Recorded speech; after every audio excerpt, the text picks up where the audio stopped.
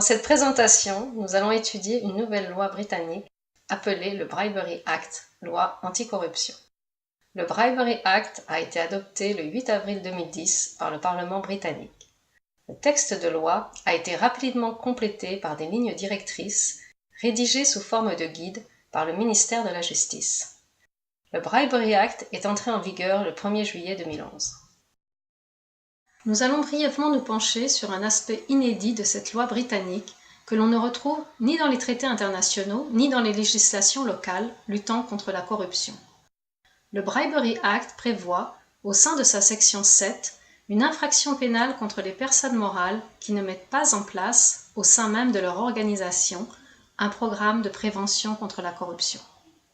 Ainsi, les sociétés ont tout intérêt à mettre en place des procédures adéquates. Quel type de procédures les entreprises doivent-elles mettre en place? Dans un premier temps, les procédures doivent être adéquates, c'est-à-dire proportionnelles au niveau de risque de corruption. Ce n'est pas une question de taille de la société. Cela concerne principalement les risques inhérents aux pays au sein desquels la société exerce ses activités et les personnes avec lesquelles elle traite. Il faut aussi tenir compte de ce que la corruption peut exister, soit directement entre la société et le fonctionnaire, soit indirectement via un intermédiaire. Les entreprises se doivent d'analyser leurs activités conformément au Bribery Act et son guide. Elles doivent par exemple se poser les questions suivantes. Est-ce que la société traite avec des fonctionnaires locaux ou des fonctionnaires étrangers? Est-ce que la société utilise des agents tiers afin d'obtenir de nouveaux contrats?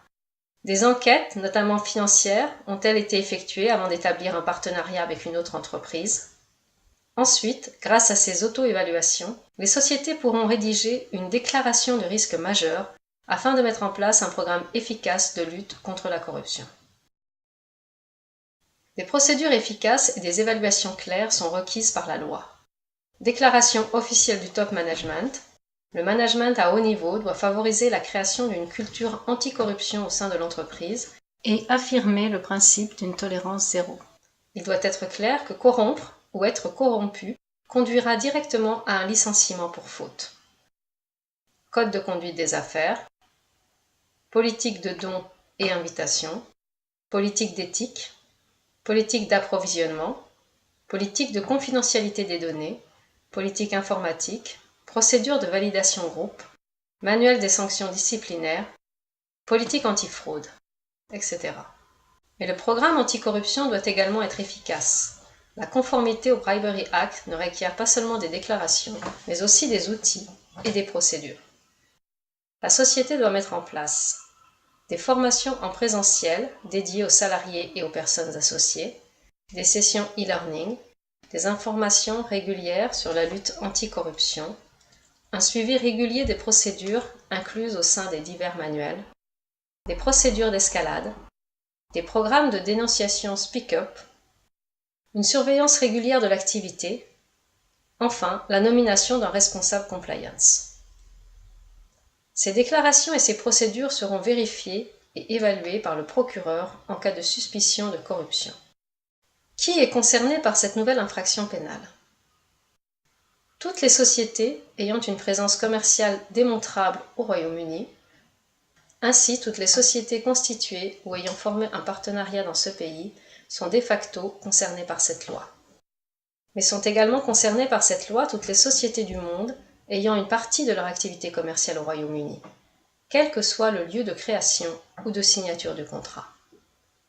Il n'existe pas d'exigence d'un lien de connexion avec le Royaume-Uni, tels que la nationalité britannique, la résidence au Royaume-Uni, ou des activités commerciales exercées au sein du Royaume-Uni. Les lignes directrices affirment que le juge sera l'arbitre final afin de savoir si l'organisation exerce effectivement des activités en lien avec le Royaume-Uni.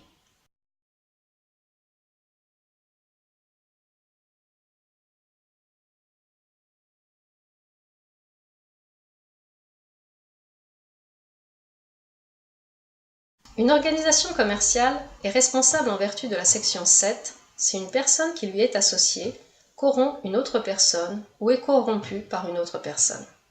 La personne est considérée associée lorsqu'elle effectue des services pour ou au nom de l'organisation. Il peut s'agir d'une personne ou d'une société, quel que soit le lieu de constitution. Ainsi, il pourrait s'agir d'employés basés dans une succursale étrangère. En effet, les employés sont toujours présumés être au service de leur entreprise. Il peut aussi s'agir d'agents ou de filiales. Les directives reconnaissent que l'organisation se doit d'exercer un contrôle uniquement sur ses partenaires directs, mais elles conseillent à toutes les sociétés impliquées de mettre en place des procédures anticorruption à tous les niveaux.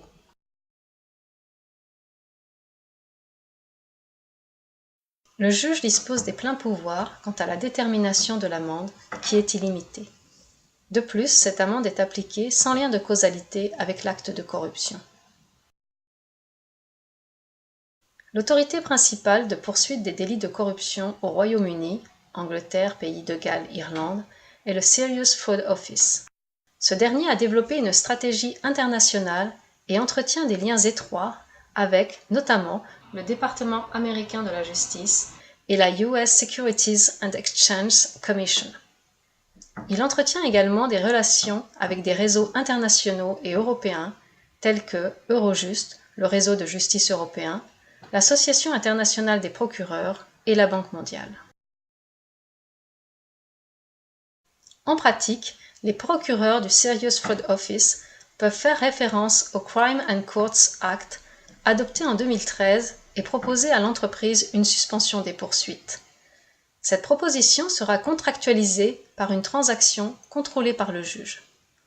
Elle peut être appropriée lorsque l'intérêt public n'est pas le mieux servi par une poursuite directe.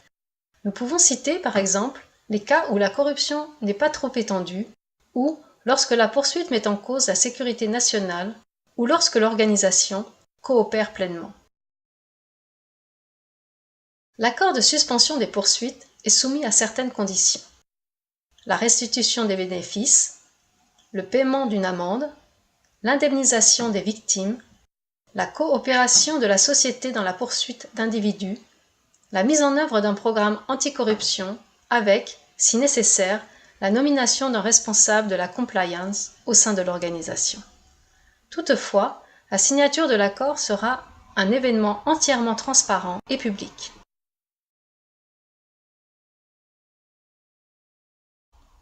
Avec la section 7 du Bribery Act, le Royaume-Uni a mis au point une stratégie claire d'autodéfense, obligeant les sociétés partout dans le monde à développer un programme anticorruption. De cette façon, la section 7 peut être assimilée à un logiciel antivirus utilisé dans la prévention des effets néfastes de la corruption. Pour conclure, nous vous indiquons qu'en avril 2014, il y avait 15 enquêtes contre des sociétés pour corruption, mais pas encore de poursuites sur la base de la section 7.